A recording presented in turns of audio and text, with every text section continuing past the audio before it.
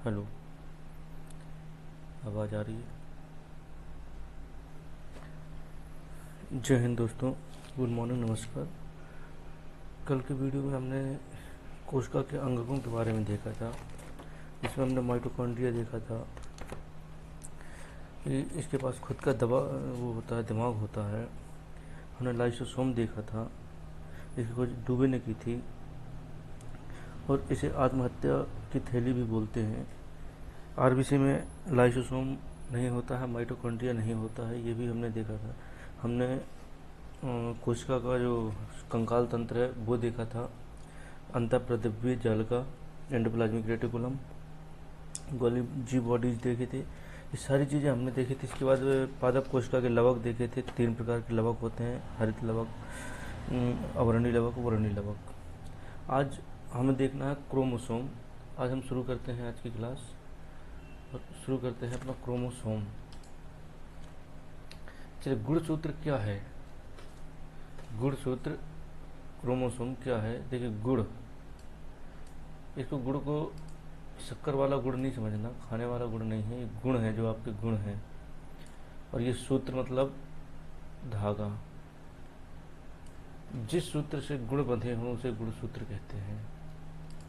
ये वैसे ही हो गया कि आपको बनाना है कश्मीरी पुलाव, और कश्मीरी पुलाव बनाने के लिए आपको चाहिए कश्मीर। तो आपको कश्मीरी पुलाव बनाने के लिए यहाँ कश्मीर नहीं चाहिए। गुण सूत्र क्या है? हालांकि ये सूत्र ही है, सूत्र अगर लिखा है तो धागा ही होगा, इसमें कोई संदेह नहीं है कि इसमें धागा नहीं है, इसमें धागा ही है। चलिए, इसकी खोज देखते हैं। इसकी खोज किसने की है? एक धागा नुमा आकृतियाँ होती हैं और कुछ नहीं होता इसमें, और इसमें सारे गुण, आपके सारे गुण भरे रहते हैं, सारे दोष भरे रहते हैं।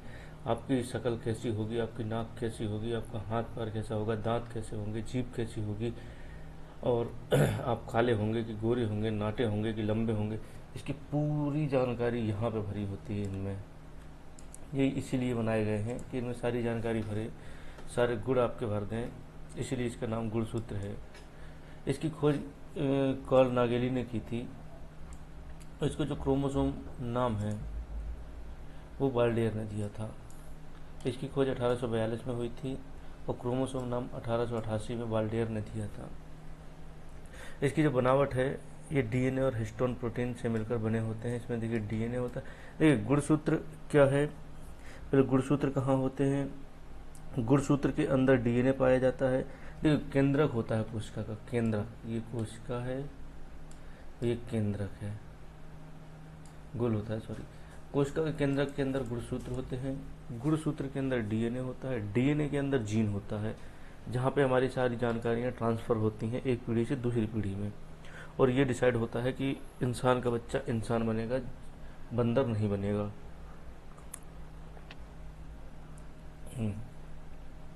तो ये डीएनए और हिस्टोन प्रोटीन से मिलकर बने होते हैं।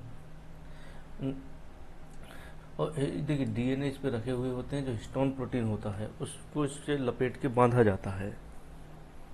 इसके जो बीच वाले हिस्से को सेंट्रोमियर कहते हैं। ये बीच वाला हिस्सा है ना, जहाँ ये दोनों चिपके होते हैं, ये अलग है, ये अलग है, यहाँ सेंट्रोमियर में ये चिपके हुए होते हैं। इनके दोनों हाथों को जोड़कर रखता है। ये देखिए, ये किया, देखिए हाथ, sister chromo, Q arm, P arm, ये हाथ है ना, आर्म। अब देखते हैं, देखिए ये समझ में आया इतना आपको? शायद यहाँ तक समझ में आया होगा। इसकी खोज कार्ल नागेली ने की थी, बाल्डियर ने इसका नाम दिया था। ये डीएनए और हिस्टोन प्रोटीन से मिलकर बने होते हैं। इनके बीच को सेंट्रोमियर कहते हैं, जो दोनों हाथों को चिपका कर रखता है। ये क्यू आर्म है, ये पी आर्म है। यहाँ तक की बात शायद क्लियर होगी। आज सारी चीज़ें हम थोड़ा सा 3D में देखेंगे। गुणसूत्र की सूक्ष्म संरचना, गुणसूत्र कैसा बना होता है, इसकी थोड़ी सी हम संरचना देखते हैं। क्रोमेटिड, देखिए 2 समान लंबी पट्टियाँ होती हैं। ये लंबी पट्टियाँ हैं, एक ये और एक ये 2 समान लंबी पट्टियाँ होती हैं, जिन्हें अर्ध गुणसूत्र या सिस्टर क्रोमेटिड कहते हैं। ये हूबहू एक जैसी होती हैं। कहीं लिखा है कि सिस्टर क्रोमेटिड, ये लिखा है सिस्टर क्रोमेटिड। एक ये है, एक ये है सिस्टर क्रोमेटिड। ये दोनों एक जैसी ही होती हैं। सेंट्रोमियर, वह केंद्रीय बिंदु जहाँ क्रोमेटिड आपस में जुड़े हुए होते हैं, चाहे आप इसे देख लीजिए ये सेंट्रोमियर है, और चाहे आप इसे देखिए ये सेंट्रोमियर है। प्राथमिक संकीर्णन, इसे प्राथमिक संकीर्णन भी कहते हैं, और इसी समय तंतु आकर जुड़ते हैं। अब काइनेटोकोर, सेंट्रोमियर के ऊपर प्रोटीन की डिस्क जैसी परत होती है, इसे काइनेटोकोर कहते हैं। इस पर काइनेटोकोर नहीं लिखा होगा, यहीं पे होती है काइनेटोकोर। टीलोमियर, गुणसूत्र के दोनों छोरों या आखिरी सिरों को टीलोमियर कहते हैं। टीलोमियर कहाँ है? ये लास्ट वाला जो होता है ये टीलोमियर है, ये लिखा है टीलोमियर, ये लास्ट वाला टीलोमियर। ये इसमें जो ये आकृति ऐसी दिख रही है, ये यही है डीएनए, हिस्टोन प्रोटीन से बंधा हुआ ये डीएनए है। इसी के अंदर जीन है, इसी के अंदर आपकी सारी जानकारियां हैं, यही है आपका डीएनए। देखिए, मानव शरीर की प्रत्येक कोशिका में 46 जोड़ी गुणसूत्र होते हैं, ये आपने बहुत बार पढ़ा होगा। 23 जोड़ी होते हैं। 23 जोड़ी में क्या क्या होता है? 22 जोड़ी तो अदर चीज़ें होती हैं, अलिंग होते हैं, लेकिन जो 23वां जोड़ा होता है 2 गुणसूत्र, वो लिंग गुणसूत्र होते हैं, वही डिसाइड करते हैं। देखिए इनमें क्या होता है, ये 46 क्यों होते हैं? इनमें अलग अलग जानकारी, ये चिप है, ये अपना चिप है, जो कार्ड है, मेमोरी कार्ड, ये वो है, इसमें जानकारियाँ जाती हैं।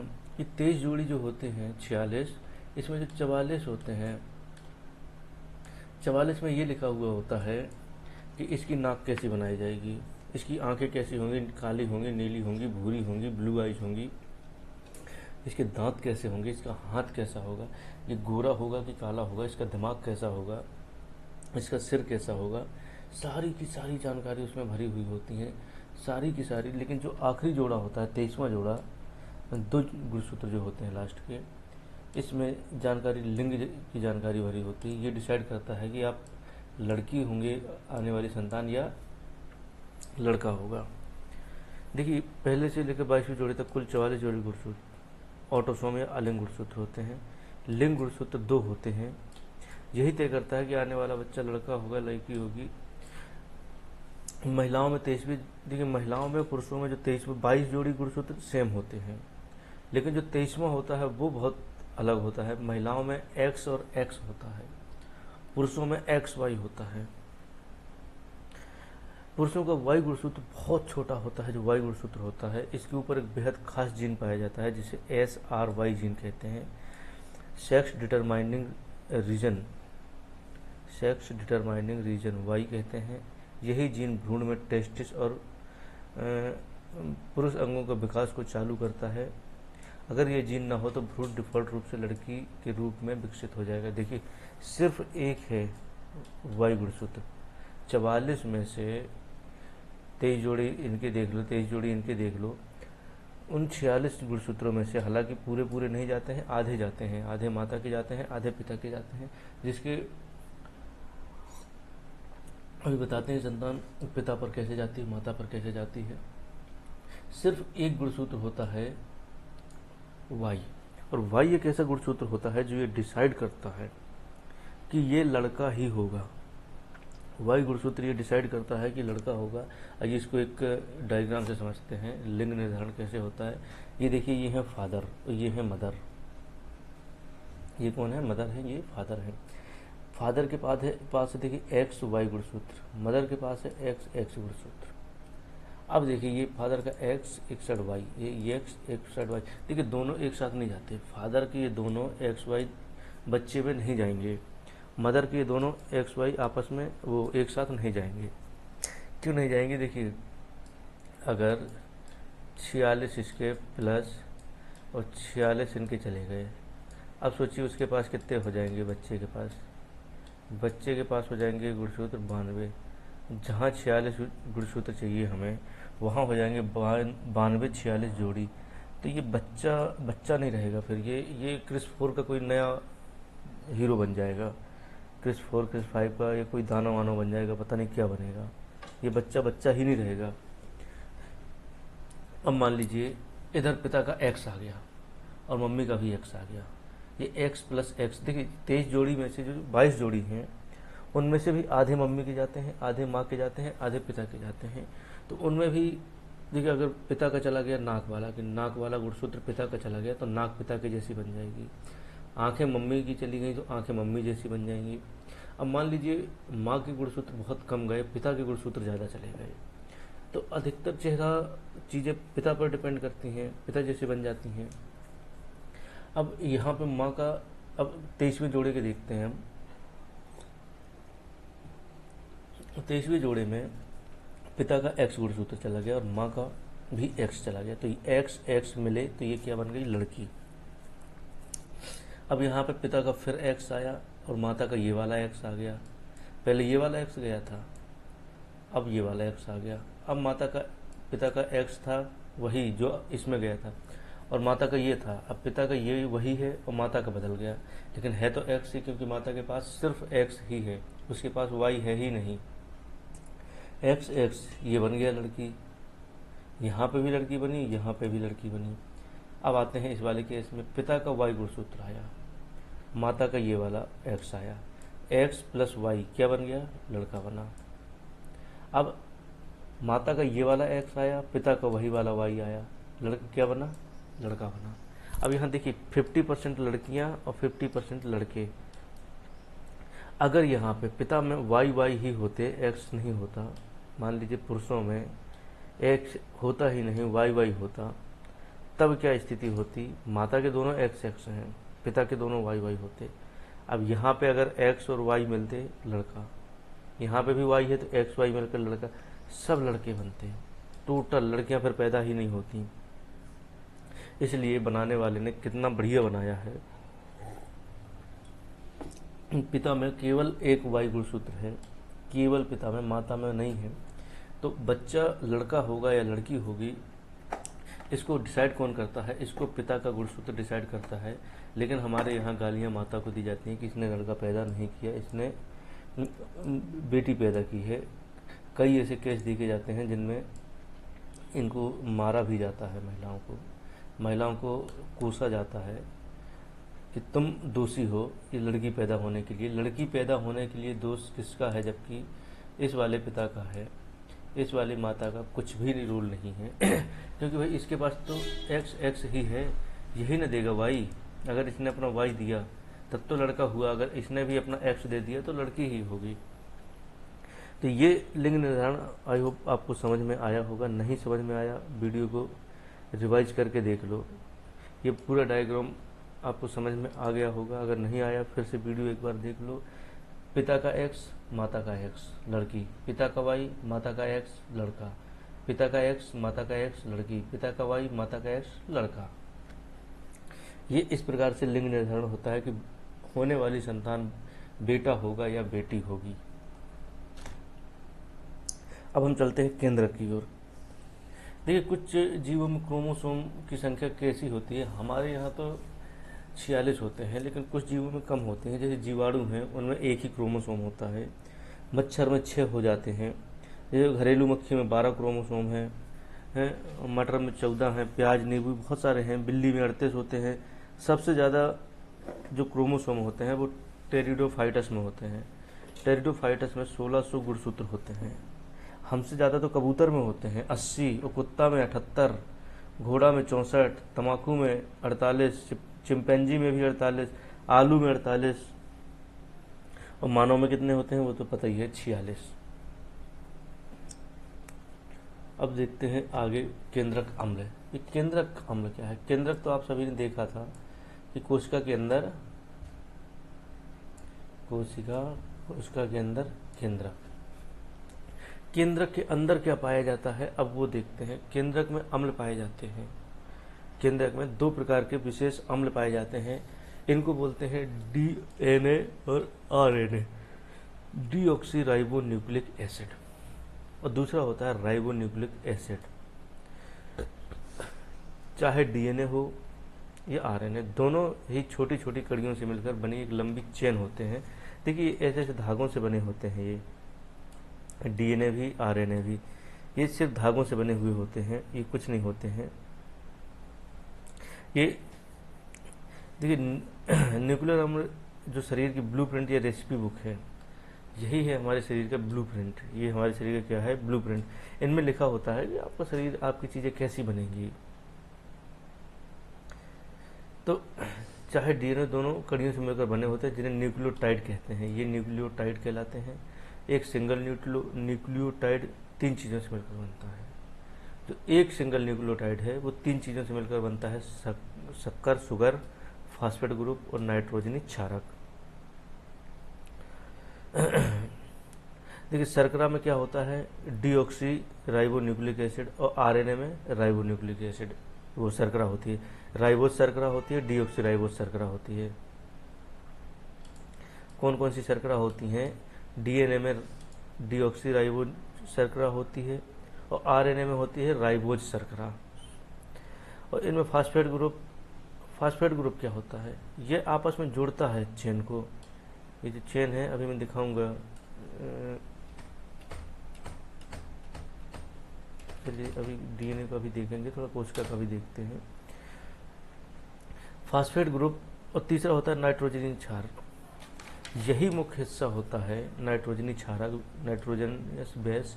यहीं पे सारी जानकारियाँ छिपी हुई होती हैं आपकी, क्या होगा क्या नहीं होगा। अब हम नाइट्रोजनी क्षारक को थोड़ा सा देखते हैं। डीएनए और आरएनए कुल मिलाकर 5 नाइट्रोजनी क्षारक से बने होते हैं। इनको 2 श्रेणियों में बांट लेते हैं, प्यूरिन और पिरामिडिन। देखिए डीएनए में क्या क्या होता है, एडेनिन और ग्वानिन, साइटोसिन और thymine. Adenine, guanine, cytosine, thymine, AGCT क्या होता है,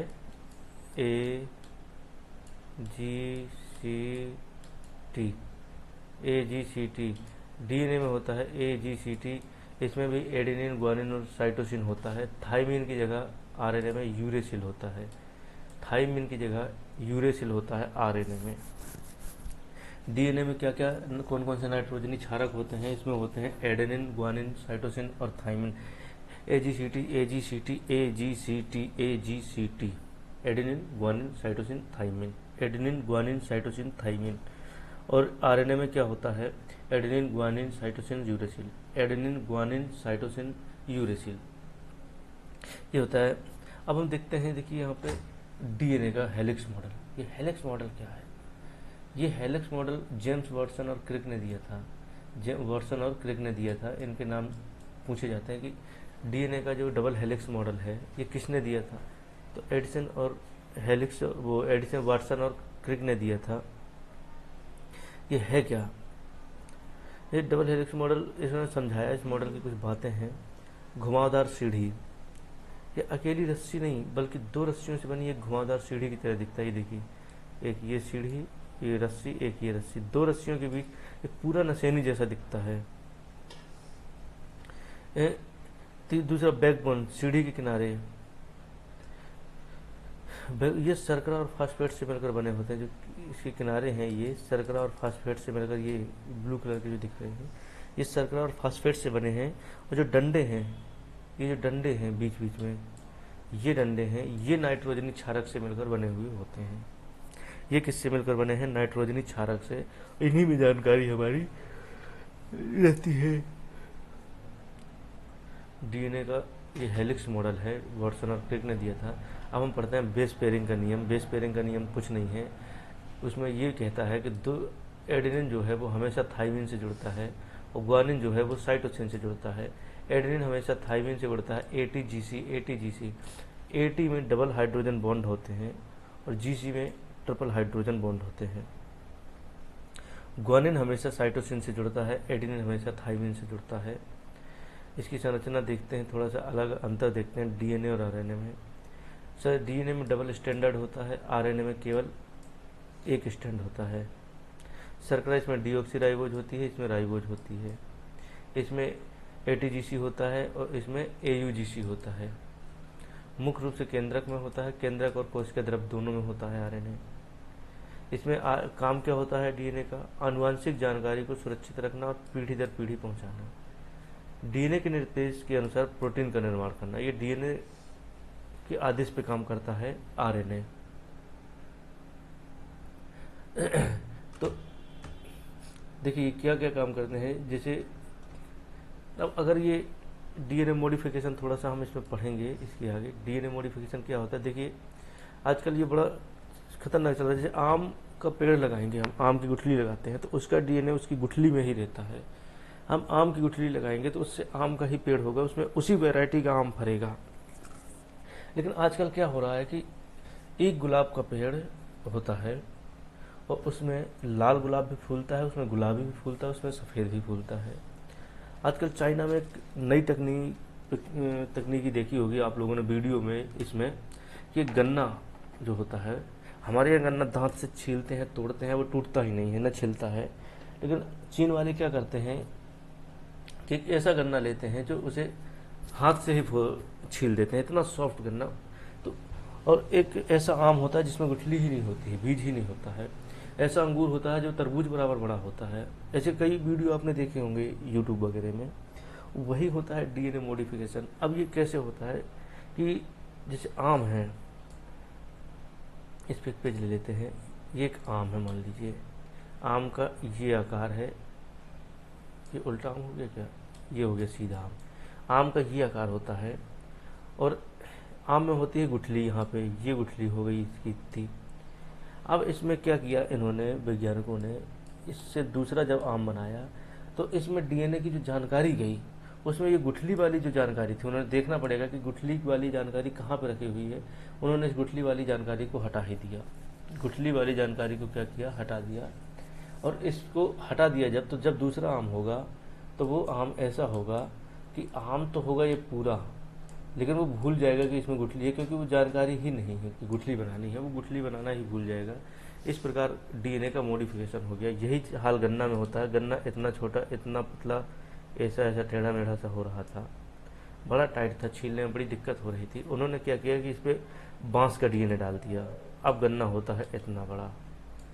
अब गन्ना उन्होंने और बड़े बांस का डीएनए डाला, गन्ना होने लगा इतना बड़ा, इतना मोटा, ये गन्ना होने लगा। और कुछ डीएनए ऐसे डाल दिए जो टाइट करने वाले डीएनए थे, उनको हटा दिया तो ये बहुत सॉफ्ट हो गया, इतना सॉफ्ट कि हाथ से छील सकते हैं।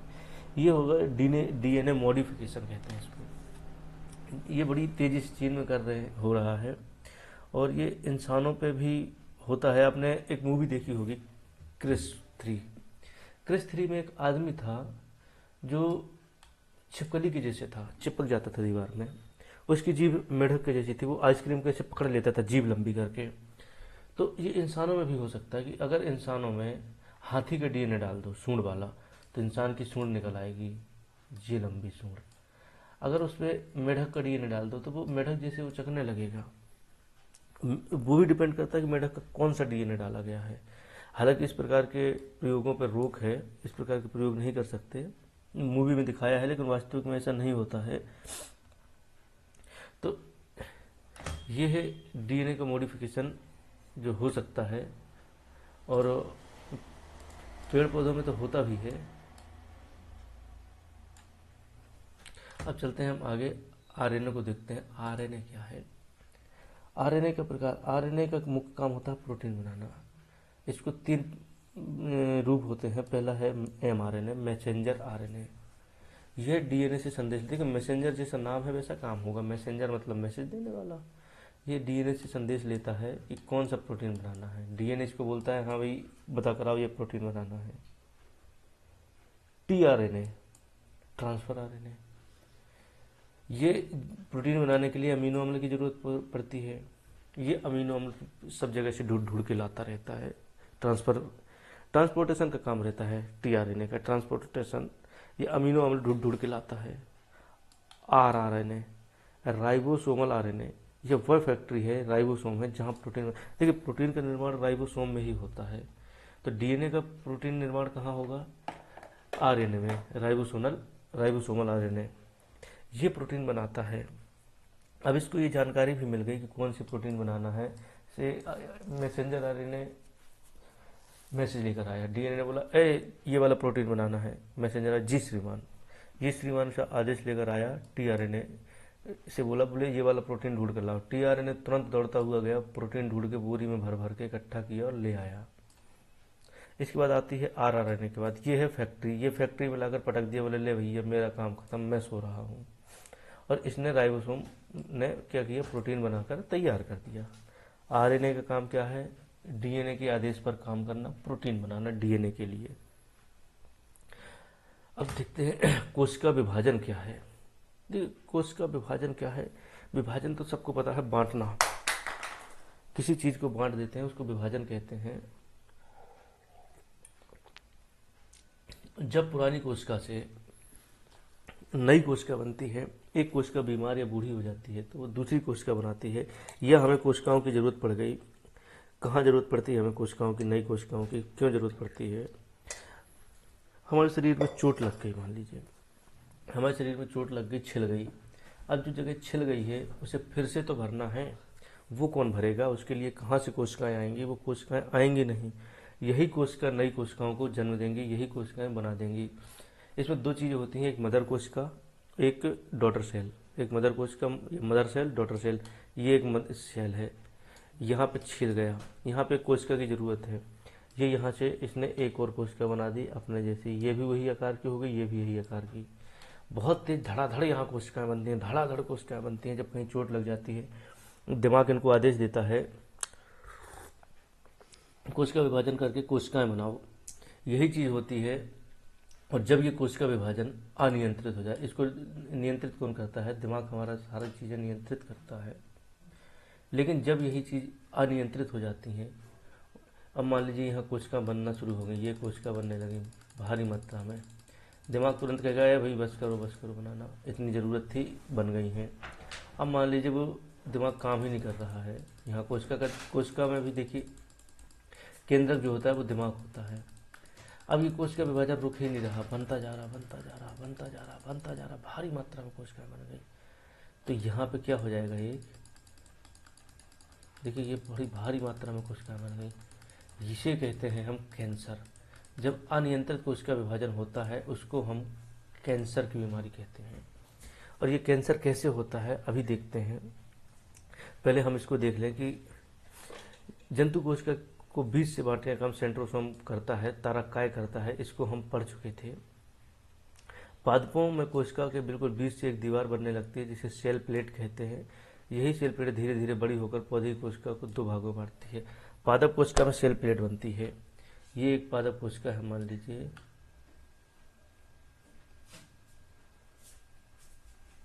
ये पादप कोशिका है, यहाँ बीच में से एक सेल प्लेट बन जाएगी, ये बीच से तोड़कर दो कोशिकाएं बना देगी, ये बन गई पादप कोशिका। जो जंतु कोशिका है उसमें 3 प्रकार से विभाजन होता है। कोशिका विभाजन 3 प्रकार से हम बांटते हैं। एक होता है असूत्री विभाजन, एक समसूत्री विभाजन, एक अर्धसूत्री विभाजन।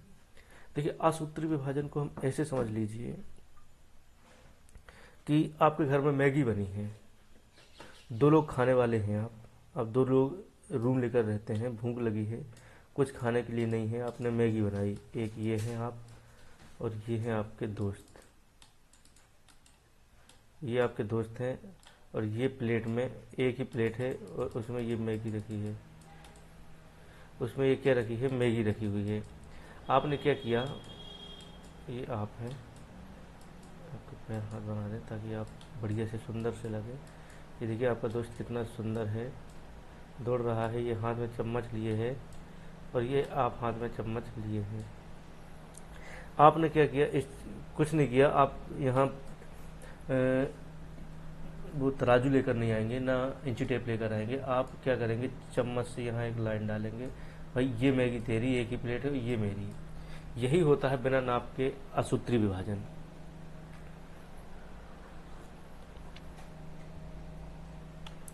ये सबसे सरल और सीधा विभाजन है जो अविकसित कोशिका, जैसे ये किसमें होता है, जीवाणु, अमीबा, ईस्ट, नील, हरित शैवाल में होता है।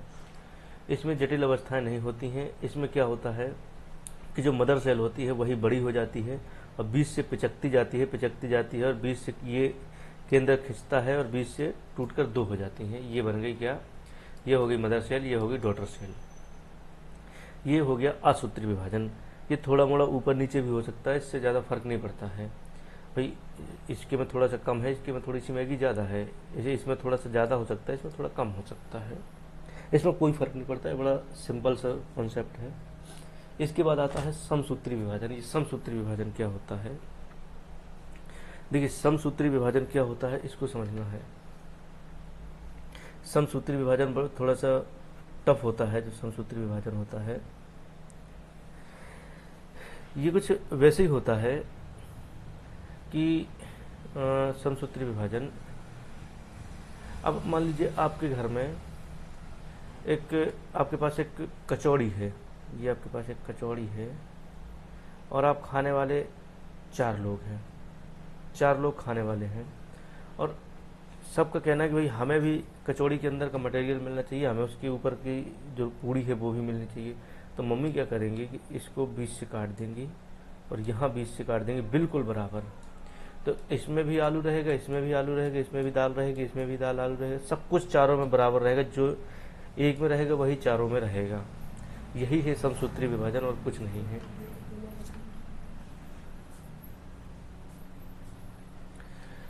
देखो ये 2 भागों में पूरा होता है। देखिए इसमें क्या होता है, हमारे शरीर की कायिक कोशिकाओं यानी त्वचा, अंगों, घाव भरने वाली कोशिकाओं में समसूत्री विभाजन ही होता है।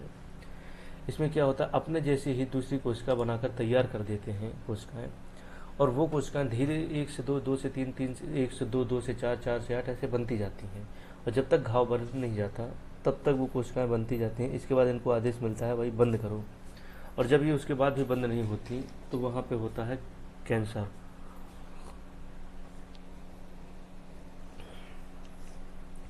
इसके 2 भागों में ये पूरा होता है। पहला होता है कैरियोकाइनेसिस, केंद्रक का विभाजन जिसे कहते हैं। पहले केंद्रक विभाजित होता है, इसको कैरियोकाइनेसिस बोलते हैं। और जब कोशिका द्रव्य का विभाजन होता है इसको साइटोकाइनेसिस बोलते हैं। Karyokinesis, cytokinesis, karyokinesis, cytokinesis, karyokinesis, cytokinesis. अब देखिए केंद्रक विभाजित जो होता है उसकी कुछ अवस्थाएं हैं। पूर्व अवस्था, हालांकि इसकी 5 अवस्थाएं हैं लेकिन 4 हम पढ़ते हैं। पूर्व अवस्था, मध्य अवस्था, पश्चावस्था और अंत्यावस्था। ये क्या है अवस्थाएं, इसको थोड़ा सा हम देखते हैं। यहाँ पे ये डायग्राम है। एक पूर्व अवस्था जो होती है प्रोफेज से पहले, एक इंट्राफेज भी होती है। इंट्राफेज को भी हम देखते हैं थोड़ा सा। इंटरफेज शुरुआत की अवस्था होती है और इसमें जो होता है इसमें कुछ चीज़ें होती हैं। इसमें देखिए पूर्व अवस्था में कुछ हो रहा है यहाँ थोड़ा सा, और ये केंद्रक का विभाजन का काम शुरू होना है। क्रोमेटिन धागे बनते हैं यहाँ पे। अब इंटरफेज से मेन होता है ये प्रोफेज से। प्रोफेज में क्या होता है, इसमें देखिए क्रोमेटिन धागे सिकुड़कर, ये देखिए ये क्रोमेटिन धागे यहाँ पे बनना शुरू हो जाते हैं, फिर फैलने लगते हैं। यहाँ पे ये सिकुड़ फैल कर क्या हो जाते हैं, गुणसूत्र बन जाते हैं। ये क्रोमेटिन धागे जो हैं, ये देखिए ये क्रोमेटिन धागे के अंदर ये गुणसूत्र बनने लगे। देखिए इसमें क्रोमेटिन धागे फैले हुए हैं, इसमें क्रोमेटिन धागे फैले हुए हैं, ये गुणसूत्र टाइप के बनने लगे हैं। अब इसमें देखिए, अब यहाँ पे धीरे धीरे क्या होता है इस फेज में, प्रोफेज में या पूर्व अवस्था में, यहाँ पे केंद्र की जो झिल्ली होती है ये धीरे धीरे गायब होने लगती है और केंद्रिका भी गायब होने लगती है। इसमें धीरे धीरे केंद्र के अंदर की बात हो रही है। यहाँ पे देखिए केंद्र के अंदर बात हो चल रही है। और जो सेंट्रोसोम होता है, जो सेंट्रोसोम होता है यहाँ विभाजित होने लगता है। सेंट्रोसोम, ये देखिए सेंट्रोसोम विभाजित होकर केंद्र की ओर जाने लगेगा। एक इस साइड खींचने लगा है आधा, आधा इस साइड। ये क्यों होता है, क्योंकि इसको खींच सके इधर से इधर। सेंट्रोसोम ही कोशिका विभाजन करता है, उसका काम ही है सेंट्रोसोम का कोशिका का विभाजन करना। तो पहले ये केंद्र का विभाजन कर रहा है। देखिए ये सेंट्रोसोम यहाँ पर आपस में जुड़ा हुआ है, ये सेंट्रोसोम इधर अलग अलग जाने लगा है। इसके बाद आती है मेटाफेज। देखिए लेट प्रोफेज है, ये बाद की अवस्था है। केंद्र सेंट्रोसोम ये किनारे में पहुंच चुका है। ये देखिए इसकी केंद्रक झिल्ली गायब हो चुकी है केंद्रक की। अब आता है मेटाफेज। मेटाफेज क्या होता है, मध्यावस्था कहते हैं इसको। अब मेटाफेज में क्या होता है, गुणसूत्र जो होते हैं वो स्पष्ट रूप से दिखाई देने लगते हैं, और यही सबसे इम्पोर्टेंट अवस्था होती है। गुणसूत्र देखिए स्पष्ट रूप से दिखाई देने लगे हैं, अलग अलग गुणसूत्र हो गए हैं, लाइनअप हो गए, सारे के सारे लाइनअप हो गए, और ये पूरे के पूरे गुणसूत्र एक लाइन में स्टेबल हो जाते हैं, व्यवस्थित हो जाते हैं। इसे कहते हैं हम मेटाफेज प्लेट। इन गुणसूत्रों की जो लाइन है इसको मेटाफेज प्लेट कहते हैं। इसके बाद आती है पश्चावस्था, एनाफेज। एनाफेज ये बहुत छोटी अवस्था है, सबसे छोटी अवस्था है। देखिए इस पे क्या होता है कि जो तुर्क तंतु होते हैं, ये होते हैं इसके तुर्क तंतु जो होते हैं, ये गुणसूत्रों के जो सेंट्रोमियर से जुड़ जाते हैं, गुणसूत्र के सेंट्रोमियर से जुड़ जाते हैं। और इसके बाद जो एनाफेज अवस्था आती है, इसमें जो क्रोमेटिड होते हैं, ये क्रोमेटिड ये अलग हो जाते हैं, टूट जाते हैं। इनको जो सेंट्रोसोम होता है ये खींचकर अलग कर देता है, आधा आधा हो जाता है, इसलिए इसको अर्धसूत्री विभाजन कहते हैं। वो सब अर्धसूत्र हो जाता है, आधा आधा होकर दो ध्रुवों में बढ़ने लगते हैं, खींचने लगते हैं। इनका आकार देखो वी जैसा हो जाता है, समसूत्री। इसमें ये क्रोमोसोम ही ये सब कर रहा है, केंद्रक खींच के, और जैसे ही उसको खींच दिया तो ये अंत्य अवस्था हो जाती है, टेलोफेज आ जाता है। और ये प्रोफेज का, इसका प्रोफेज का बिल्कुल उल्टी अवस्था होती है, इससे जस्ट अपोजिट ये हो जाता है, इससे जस्ट अपोजिट ये हो जाता है। इसमें क्या हुआ था, ये धागे गुणसूत्र में बदले थे, लेकिन ये गुणसूत्र फिर धागों में बदल जाते हैं, केंद्रक झिल्ली फिर से बनने लगती है, और यहाँ पे दो केंद्रक बन जाते हैं। कितने केंद्रक बन जाते हैं, दो फेज। और ये फिर होता है साइटोकाइनेसिस अवस्था। इसमें कोशिका द्रव्य भी अलग होकर दो कोशिकाएं बन जाती हैं, एक जैसी, इसके जैसी एक और कोशिका बन जाती है बराबर। जब कोशिका द्रव्य अलग हुआ तो दो कोशिकाएं बन गई, इसको साइटोकाइनेसिस बोलते हैं।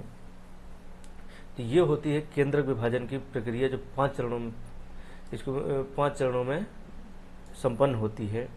सबसे पहले क्या होता है कि जो क्रोमेटिन धागे हैं फैले हुए रहते हैं, वो गुणसूत्र बनने लगते हैं मोटे होकर, सॉरी।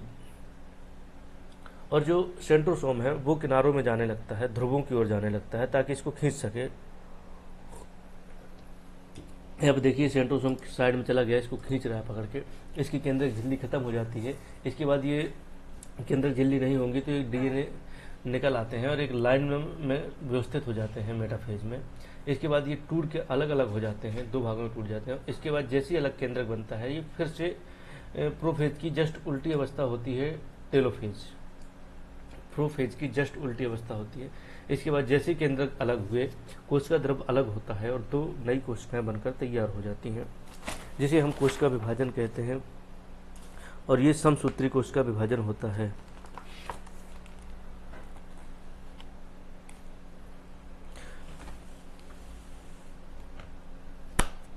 और हमारे शरीर की जितनी भी कोशिकाएं हैं, लगभग 99% में यही समसूत्री विभाजन होता है। जो जनन कोशिकाएं होती हैं उसमें अर्धसूत्री विभाजन होता है, जो आगे हम देखेंगे अर्धसूत्री विभाजन को।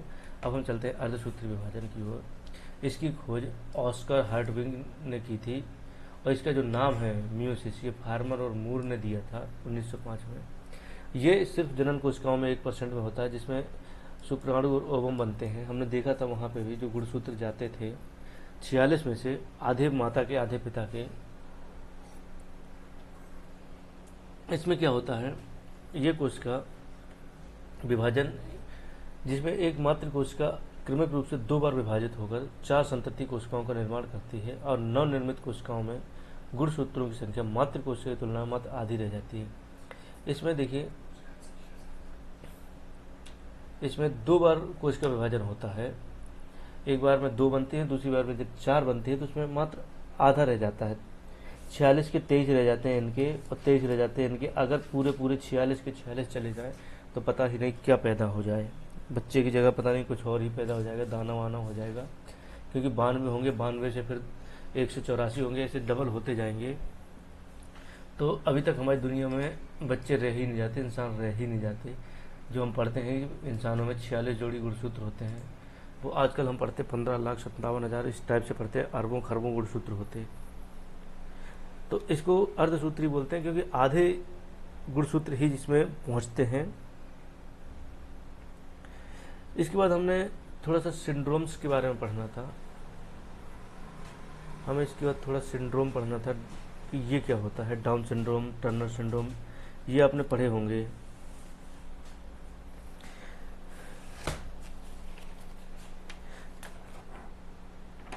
सिंड्रोम को मैं थोड़ा सा बता देता हूँ वैसे ही कि सिंड्रोम क्या होते हैं।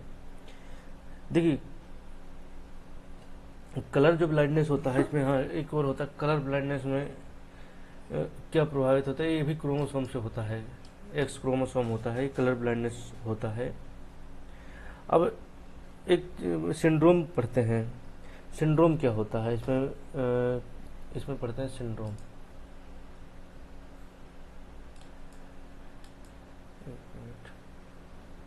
सिंड्रोम लिखेगा नहीं कहीं,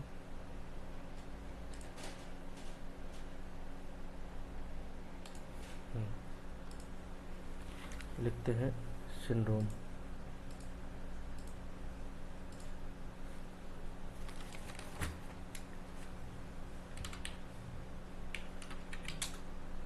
सिंड्रोम, सिंड्रोम के प्रकार होते हैं। एक होता है डाउन सिंड्रोम,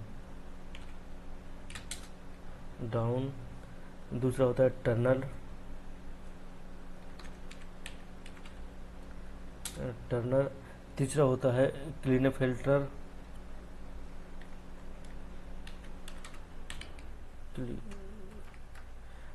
तीसरा होता है क्लीनेफेल्टर। और जो चौथा होता है, एक होता है डाउन। देखिए सिंड्रोम पर डाउन, टर्नर, क्लीनेफेल्टर, अपन ने तीनों सिंड्रोम के बारे में पढ़ लिया। एक होता है पटाउ।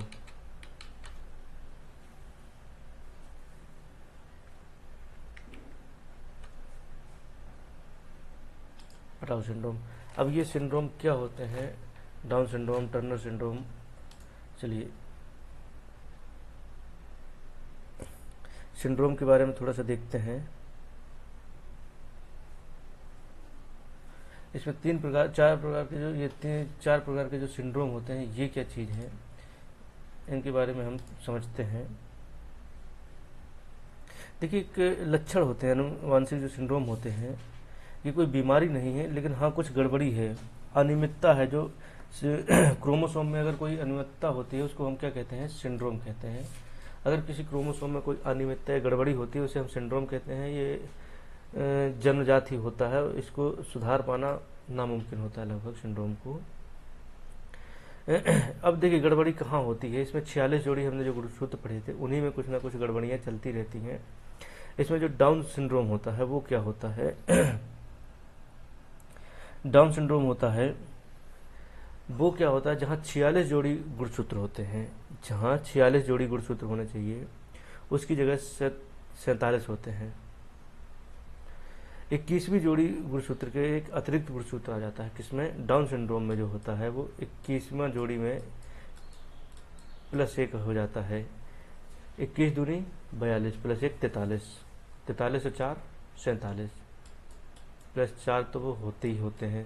तो ये क्या हो गया, 47। एक गुणसूत्र जब बढ़ जाता है तो ये दिक्कत होती है। इसमें क्या होता है कि इनका दिमाग, मानसिक मंदता हो जाती है, कम दिमाग काम करता है, मंद बुद्धि हो जाता है। ये इसका जो कद होता है वो छोटा हो जाता है, मोटी जीभ हो जाती है, इस टाइप सी चीज़ें हो जाती हैं डाउन सिंड्रोम में। जीभ होंठ मोटे हो जाते हैं, मनुष्य मंद बुद्धि हो जाता है। और इन्हीं को हम मंगोलिज्म बोलते हैं। क्या बोलते हैं, मंगोलिज्म बोलते हैं। इनको हम मंगोलिज्म बोलते हैं, इनको मंगोलिज्म कहते हैं। डाउन सिंड्रोम से क्या बनता है, मंगोलिज्म। अगर कभी प्रश्न में पूछा जाए कि डाउन सिंड्रोम से क्या होता है तो मंगोलिज्म होता है। अब बात आती है टर्नर सिंड्रोम क्या होता है। और ये महिला पुरुष दोनों में हो सकता है, ये फीमेल भी हो सकती है और मेल भी हो सकता है। टर्नर सिंड्रोम ये केवल फीमेल्स में होता है, ये केवल महिलाओं में होता है। और इसमें एक गुणसूत्र की कमी हो जाती है, एक गुणसूत्र 46 की जगह क्या हो जाते हैं, 45 गुणसूत्र होते हैं। और इसमें जो क्या होता है टर्नर सिंड्रोम में, शरीर अविकसित हो जाता है महिलाओं का थोड़ा सा, और इसमें बांझपन की समस्या हो जाती है। जो महिलाएं मां नहीं बन पाती है, बांझ होती हैं, उनमें टर्नर सिंड्रोम होता है। और इसका कोई उपाय नहीं होता, कोई इलाज अभी तक तो नहीं हो पाया। महिलाओं में टर्नर सिंड्रोम हो जाता है। क्लीनेफेल्टर सिंड्रोम क्या होता है, और ये केवल पुरुषों में होता है, ये केवल फीमेल में होता है, और ये केवल मेल में होता है क्लीनेफेल्टर सिंड्रोम। इसमें एक गुण सूत्र बढ़ जाता है और 47 हो जाते हैं। क्या हो जाते हैं?